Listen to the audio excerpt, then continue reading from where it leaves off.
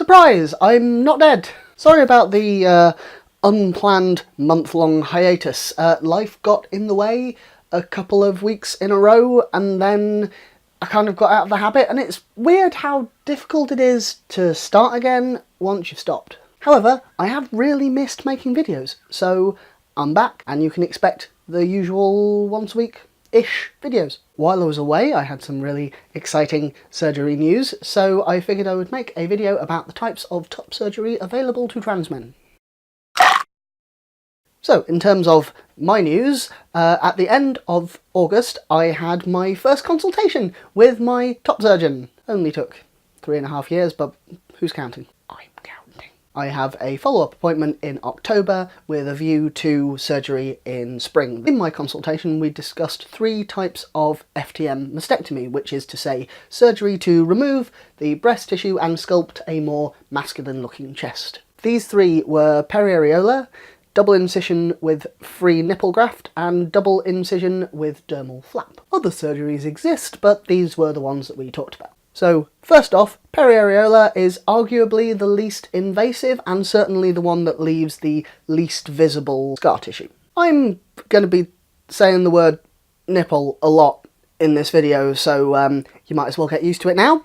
Periareola mastectomy involves cutting a circle around the nipple, often slightly smaller than the original size, and then cutting a second, larger circle outside of that. The surgeon then removes the sort of donut of skin in between these 2 cuts, as well as all of the actual breast tissue internally. The remaining skin is then brought in and then either stitched or stapled or glued or otherwise bonded to the fresh cut around the nipple. This is only an option for people with smaller breasts because, as you can imagine, the difference between that outer ring and that inner one, you can't take too big of a donut, otherwise you end up with this sort of drawstring bag effect. It's not ideal. As far as I can tell, pretty much everybody who is eligible for periareola as a method takes that option. The scars only appear literally around the edge of the nipple, making them barely visible at all. You're also extremely likely to retain sensation in your nipples and extremely unlikely for them to fall off. Nipples falling off is a point I'm going to come back to shortly. A YouTuber I follow, a fellow called Alex Bertie, had this method, and I will link to his playlist of videos on his experiences down in the description below. Second, double incision with free nipple graft. This is suitable for folks with medium to large breasts, and it involves making a lateral cut across the breast and then a second under the line that way. This then removes sort of a half-moon shaped section of skin and then again all of the internal breast tissue. Importantly, this half-moon section of skin has your nipple on it.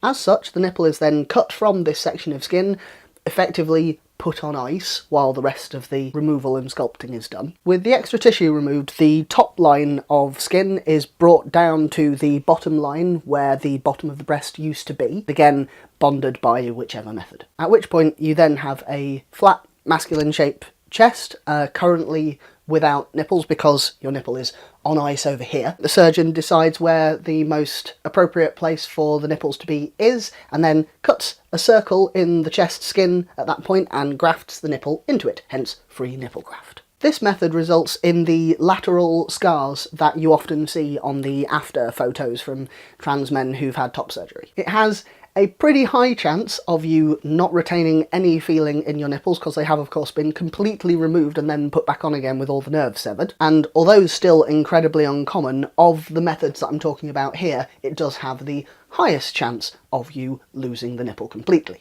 I did say I'd come back to that point. This is essentially where the skin doesn't heal properly, so either it has died because the blood supply didn't reconnect afterwards, or the bonds just weren't strong enough and it gets torn off somehow.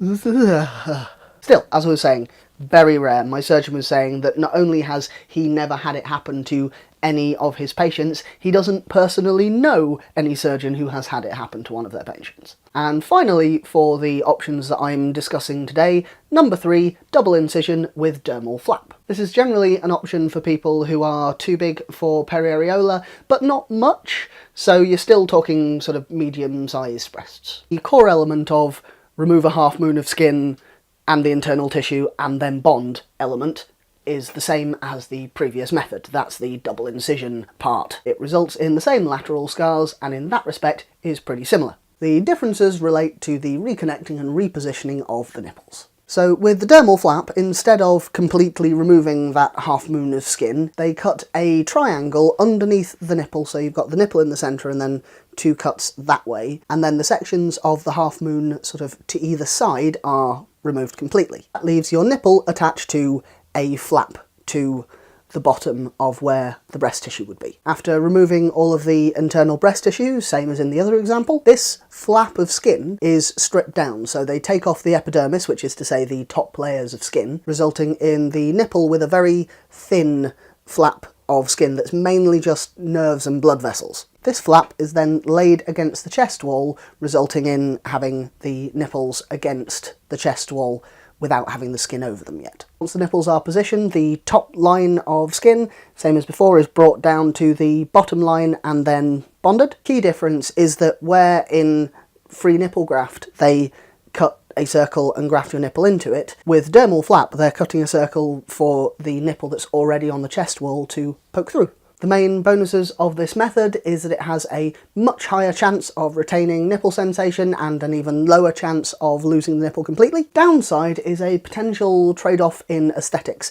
Because the nipple is attached to this fixed size strip of skin, the surgeon has less decision over where it is placed on your chest, so it may not necessarily go in as an aesthetically pleasing a position. Also, it is a longer and more complicated operation, and so there are always safety concerns with anything that extends the amount of time that you're going to spend under anaesthetic. For myself, I had the option of either of those 2 double incision options, either free nipple graft or dermal flap. For myself, I went with the free nipple graft, largely because nipple sensation just is not important to me. I've never had a lot of sensitivity there, it's never factored into my sex life in any way, and I just don't care enough about that for it to be worth any kind of trade-off in either aesthetics or safety. That doesn't make it the right answer for everybody, it was just the right answer for me. Everybody's got different requirements, different bodies, different priorities, and that's why it's great that these different options exist. I found my surgeon consultation incredibly useful, and it's a great opportunity to